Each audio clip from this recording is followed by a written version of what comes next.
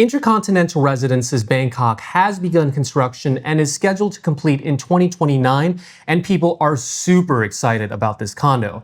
And here's why. First of all, it is dead smack in the middle of town on Sukhumvit Soi 16, which is just a 7-minute walk to the SkyTrain and the subway. You're also just across the street from Bangkok's beautiful Central Park and the state-of-the-art convention center, and are just one stop away from M Sphere and M Quartier, which is a world-class destination for shopping. And second of all, it is Freehold.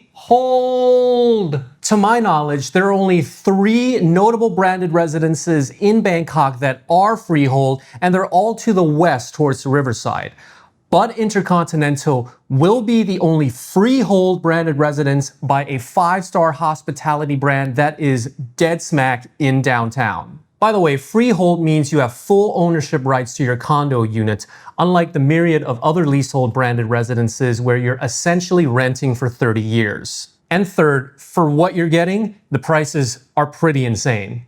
Not only is it a freehold downtown branded residences, it's also super low density at just 88 units, with the most dense floor having just 4 units. And since it's an off-plan project, you only pay the first 30% and then the remaining all the way in 2029 once the project completes. This is a huge benefit for foreign buyers who are unable to get a mortgage in Thailand. And of course, it is the InterContinental, which means the services and amenities will be top-notch, world-class. So okay, how insane are the prices, given all the things that I said? Here is a table that shows the unit types and their price ranges as of October of 2025. The smallest unit is at 139 square meters, and I put the square foot conversion there. The lowest starting price of this is 40.8 million baht, which is $1.25 million, and that brings it to a price per square meter of 293,000 baht. And I've also converted that to the US dollars per square meter and US dollars per square feet. So it's $835 per square feet. The second row here is the top range of the 2-bed there. So you can see that it's 54 million. And then the 3-bed starts at 59 million up to 73 million. And then you can see the 3-bed deluxe, 3-bed premier. These are in the 200, mid 200 square meter sizes. And then you have the penthouses that range from 453. I think this is the penthouses that have only 1 floor. And then there's the larger penthouse that is a duplex at the very, very top. That's 547 square meters. So the penthouses are from 197 million baht to 245 million baht. And so all these prices have different prices per square meter, and I've averaged them out to 387,000 baht per square meter, and that brings it to 11K US per square meter, which is 1,100 per square feet. Now, to put this into perspective, an average price per square meter of 387K baht undercuts almost all branded residences on the market right now. But granted, this is because you need to wait 4 years till completion. Now, okay, I understand 2029 is a long time away, but with many things in life, you have the trifecta of good quality, good price, and good timing, but you can only choose 2. And so in this case here, it's good quality and good price, but you will need to wait a while. And also keep in mind, 387K is the asking price, not the final price after we do our fierce negotiation for you, which you can get in touch by going to my website, jetgunther.com. But if you're not dead set on just this property, and if you're just looking for great deals in general, we can also suggest other options to you. And also, if you're looking for outside of Bangkok, we also service Pattaya, Hua Hin, Phuket, and Koh Samui, and at a variety of budgets, starting from 3 million baht. Okay, so that was my executive summary to you. If you're interested in this condo, let's now dive into the project details. So the condo is being built by none other than Central Group, which owns all the Central malls in Thailand and has various subsidiaries in Europe. Now, this is important because we want to make sure the developer of an off-plan project is a reputable company, and Central Group is as reputable as they come. The building will have 32 floors with 3.1 meter ceiling heights, 180 parking spots, 12 supercar parking spots, and 20 EV chargers. Many will also rejoice to hear that units will also have hospital-grade MERV 13 air purifiers to filter out the pollution in PM 2.5. And as this is a branded residence, you get weekly housekeeping, 24-hour concierge and technicians, a shuttle service, while food and parcels will also get delivered directly to your unit instead of you having to ride the elevator down to get it yourself. You can also request extra services that include laundry, extra housekeeping, pre-arrival provisioning and grocery shopping, this is pretty cool, and airport transfers, a personal trainer, a spa therapist, and even a florist. And I'm sure that many will choose this condo because they love the InterContinental brand, and residents will get the highest tier IHG Diamond Elite status for a limited time. Another exceptional feature of this condo is that all 88 units are corner units, and the 6th to the 25th floors will consist of just 4 units per floor. And the 3 bedrooms will take up the north side, and the 2 bedrooms will take up the south side. There will then be the main facilities on the 26th floor, which will include things like a 25-meter pool, a hot and cold plunge, a steam and sauna room, and a gym, while the 27th floor will be a game room, co-working space, and private function room. When you then come to the 28th to the 30th floors, you will only have 2 units consisting of the larger 3-bedroom unit types, which take up the whole northern and southern halves of the building. And then the 31st floor will consist entirely of the simplex penthouse, and then the 32nd floor will be for the duplex penthouse. And now let's dive in and take a look at the layouts. We'll start with a 2-bedroom that is on the southwest side of the building. And then you have the entrance coming in here where you'll have storage on your left and shoe cabinets. The master bedroom will be to your right. So as you walk in, you have the powder room here, but then it's separated by another door that you can close off and then you can open to get into your master. And then it leads to your master bathroom here that has its toilet stall, double vanities, and then a wet zone here with a rain shower and a bathtub.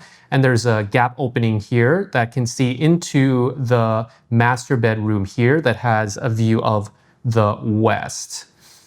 Past the master, you have your open plan living that consists of your kitchen with the island that sequentially follows into the dining area, and then you have a corner living room here with 2 balconies that, yeah, they're separated by this column here, but I think that's just the way it is.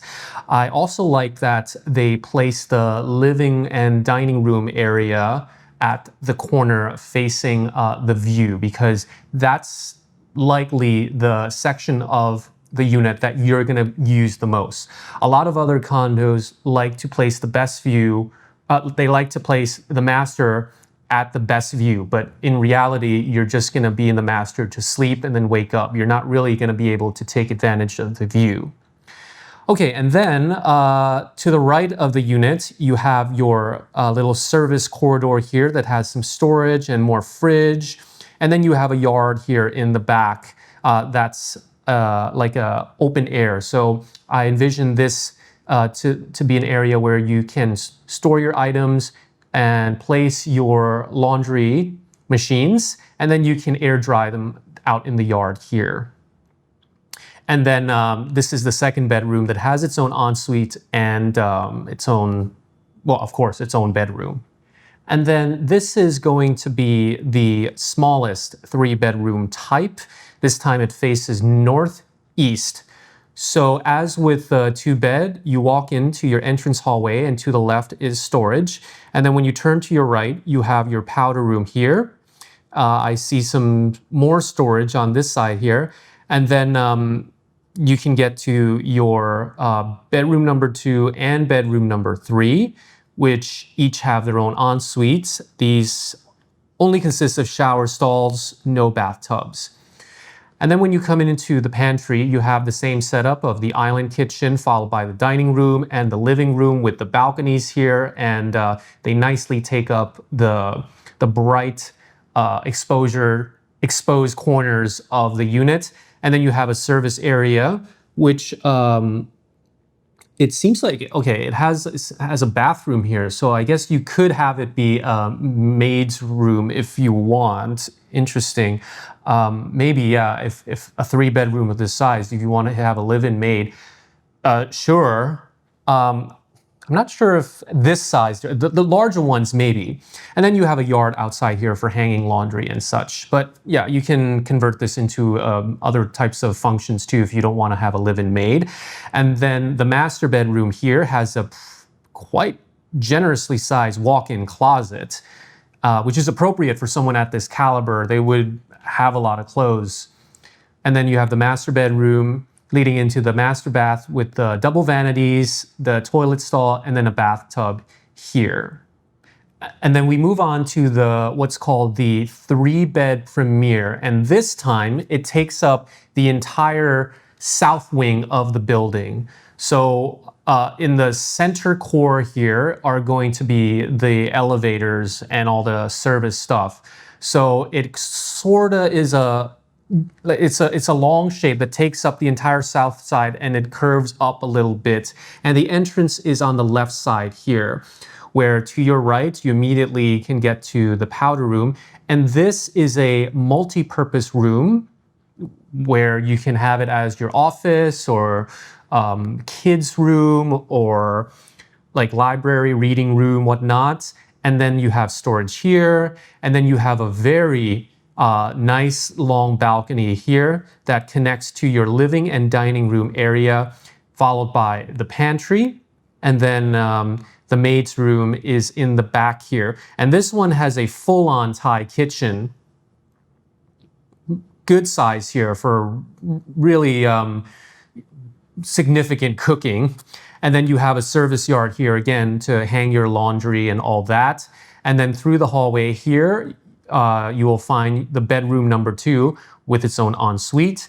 And then to the left, and further down the hallway, to the left first, you have the 3rd bedroom with an ensuite. And then you can see a very spacious master bedroom here. When you walk in, there's a seating area here. There's the generously sized master here. And then you have what could be a makeup desk here and a nice sized walk-in closet, double vanities, toilet stall, and wet zone with 2 shower heads and a bathtub here. So before we go, I want to highlight again the advantages of buying into an off-plan project. You get low entry-level prices. The payment terms are very attractive. You only pay usually 20 to 30%. In this case, just the first 30%.